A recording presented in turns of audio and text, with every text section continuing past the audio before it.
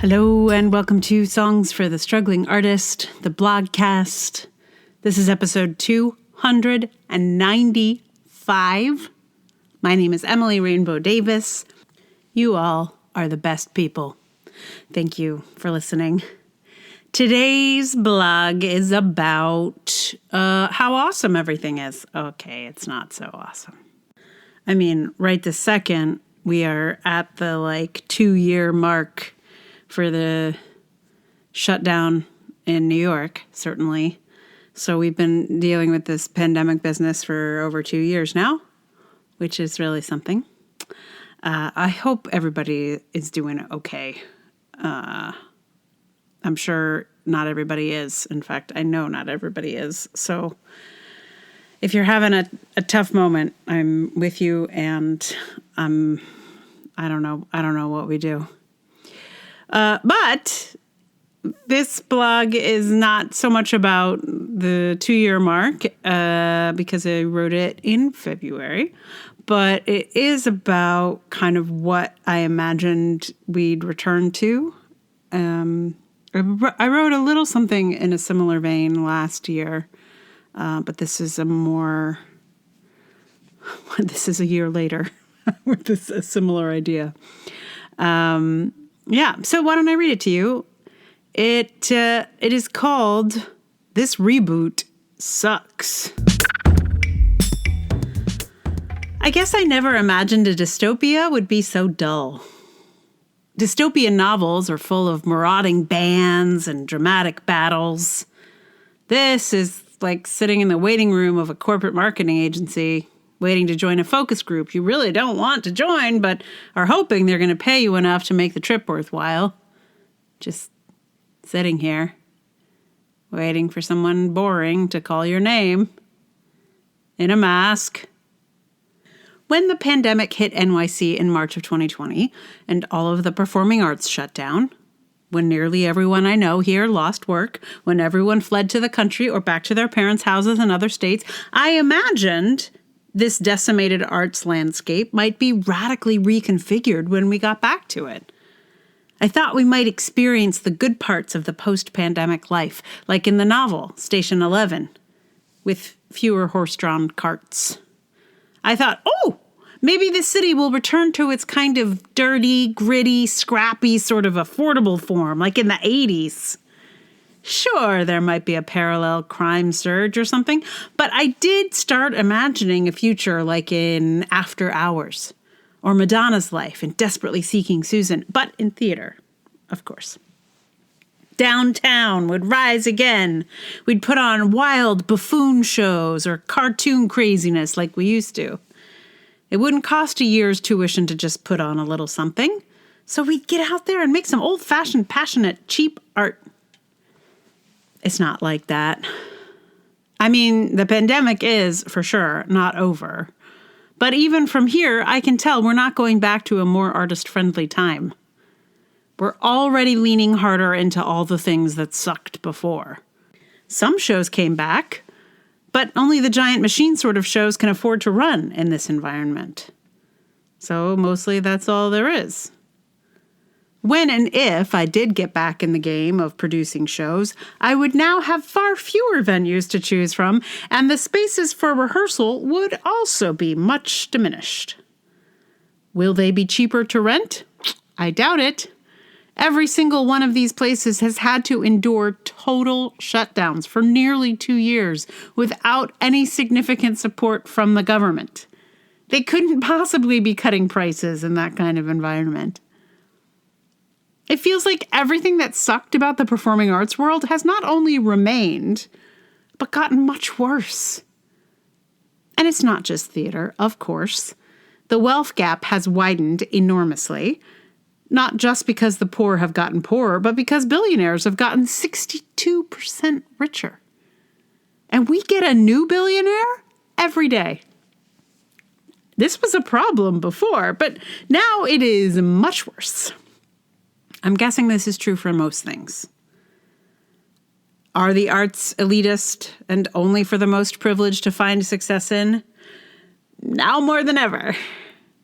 Were there few opportunities to pry open the closed doors before? There were very few before, and now those are even fewer. Was it hard for artists to make a living before? Yes, and now it's 10 times as hard. And might you need a day job, my sweet artists? Well, teaching artist jobs are almost non-existent. Food service is a highly risky, dangerous environment. Many of the fantastic, affordable restaurants frequented by nice people have closed because it's mostly assholes out there at the tables now. Your favorite little home away from home is probably gone, but the asshole factory is doing great. Offices don't tend to hire temps to work from home. I would imagine that dog walkers have lost business because their clients are home and happy to walk their pets themselves. Our current mayor ran on beating back the crime wave he felt was happening, and I guess others agreed with him because he won. Maybe this is naive, but I wouldn't mind this city getting some of its old school crime back. Everyone just seems too comfortable to me. I saw a guy put his computer in the back of his car, leave the hatchback open, and then walk away to get something in his apartment. He left a computer on the street in New York City, and you know what? It was fine. Nobody stole it. I was tempted to, just to prove a point, just because you shouldn't leave your shit out if you don't want someone to take it. We apparently now live in a city where people don't know that anymore. And I don't mean to be a cranky back in my day kind of person, but I don't really like this version of New York. Because all this safety is, of course, an illusion. And the people in need have been pushed by this city's fucked up economics farther and farther to the margins of the place in more ways than one. The more divided our classes become, the more likely it becomes that actual violence will break out. The fact that someone could leave a computer on the street here without consequences suggests to me that we have too uniform a population where I live. No one would steal that computer because we all have our own at home, which is nice for us, but terrible for those who can no longer afford to live here and who certainly don't have a computer at home. Is there more crime? Maybe. A little. I mean, the drugstore locked up the toothpaste and the soap and the deodorant. The porch pirates are active, and my local gourmet corner store now has a security guard peering over folks' shoulders at all times. But these are all signs of economic strife more than anything. People are mostly stealing hygienic items and food. Maybe if folks could get a little economic relief out there, those things would even out. But what do I know? I'm just an artist who hasn't set foot in the place of my primary art in almost 2 years. Back when I had a band, and this was 20 years ago, so take this with a grain of salt, we sometimes rehearsed at one of our band members' studio apartment in the East Village. We couldn't imagine how he managed to afford to live there because the rents were so high. I tremble to imagine what they are now. But on the street were also the Hells Angels headquarters, numerous old school grandmas and grandpas, and families that had grown up there. Our bandmate was the anomaly on that street. The street's culture was old and established. I haven't been on that particular street in a while, but I know as a whole, the atmosphere of the place has changed dramatically. A young person from elsewhere is the norm there now, not the families or the Hells Angels. Now the norm is for people with money to burn. Now the culture is for the new arrivals, most of whom wouldn't think twice about leaving their computer on the street. All I'm saying is, I'd trade the safety of that computer for a richer culture and a more affordable living for everyone. Could we have both? I don't know. I guess that would be nice. I guess I was hopeful for a minute that the crisis would lead to a beautiful rebirth. And now I'm looking at a world that is putting itself back together with all its worst features. Not a horse-drawn performance stage in sight. So this one came out a month ago. I probably wrote it a month and a half ago, would be my guess. I don't know that a lot has really changed since then. I feel like, certainly our numbers are improving dramatically here in New York, which is great. And I think it is making an impact in terms of what's opening back up and what's available. I'm getting a lot of flyers for expensive shows that are finally being produced in various places that didn't have shows before. So I guess that's progress. I still haven't seen a show, but I'm definitely thinking about it. I really am. So I don't know. Anyway, I'm still producing an audio drama with my theater company, so we're not back out there live in the streets just yet. This sort of virtual space is a little bit more manageable under the circumstances. And unfortunately, I am not particularly optimistic about the circumstances. I don't know what it's going to take to, turn it around. Like the other day, a friend was telling me that the rents in Manhattan have gone up now. So they are, I think, the highest they've ever been. Just ridiculous. Oh, great. We did all this and now it's really unaffordable for everyone. Whee! Anyway, so I picked a song today to go with the world that I imagined we were going to come back to, but haven't, which is the world of Desperately Seeking Susan. So I thought, since I mentioned Desperately Seeking Susan in this blog, and it is near and dear to my heart, Desperately Seeking Susan, I thought I should do Into the Groove, which was the big hit song from that movie. It was fun to learn. This song I was so crazy for, just absolutely nuts for when it came out. I just, thought it was the best thing ever. And I also really loved the movie. Huge impact on me, Desperately Seeking Susan. I think I must have been in middle school at the time. Big, very big. So I'm going to play for you Into the Groove in just a moment. Meanwhile, thank you for listening. I know this is not an easy one, and I thank you for hanging out with me in it. And if you would like to support the podcast, please tell someone about it, write reviews, subscribe, all the things. If you would like to support it with your dollars, that would be amazing and super helpful.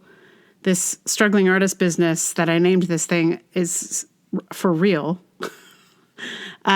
So you can do that on patreon.com/Emily R. Davis, or there's Ko-fi or PayPal. All those links are in the show notes, and any support is always appreciated. Also, your ears on this thing, much appreciated. Thank you for listening. So I give to you in a moment Into the Groove. What's it called? Into the Groove. And I'm playing it on ukulele because, of course, it's a real banging tune that should be on ukulele. And it was fun. It's fun. It's a fun little tune. I'm singing it a few steps lower than Madonna did. And it was funny to realize that I wanted to sing it a few steps lower. Also, it's just easier to play in A minor. She sings it in C minor. I don't know whether that's because I'm an older person now than I was when I was, in middle school singing along to Into the Groove. So my voice is perhaps lower than it was when I was a child. I think it probably is a bit. Or I just didn't really care about such things when I was a kid. So, but I was astonished to realize how high she is actually singing the song. So here is Into the Groove in A minor, just in case you want to play along. And thank you for listening. Into the groove.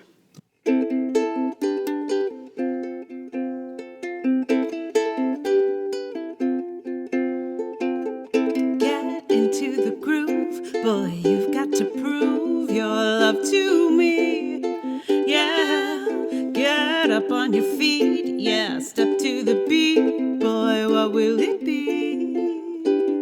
Music can be such a revelation. Dancing around, you feel the sweet sensation. We might be lovers if the rhythm's right. I hope this feeling never ends tonight. Only when I'm dancing can I feel this free. At night, I lock the doors where no one else can see. I'm tired of dancing here all by myself. Tonight, I wanna dance with someone else. Get into the groove, boy, you've got to prove your love to me. Yeah, get up on your feet, yeah, step to the beat, boy, what will it be? Gonna get to know you in a special way. This doesn't happen to me every day. Don't try to hide it, love wears no disguise. I see the fire burning in your eyes. Only when I'm dancing can I feel this free.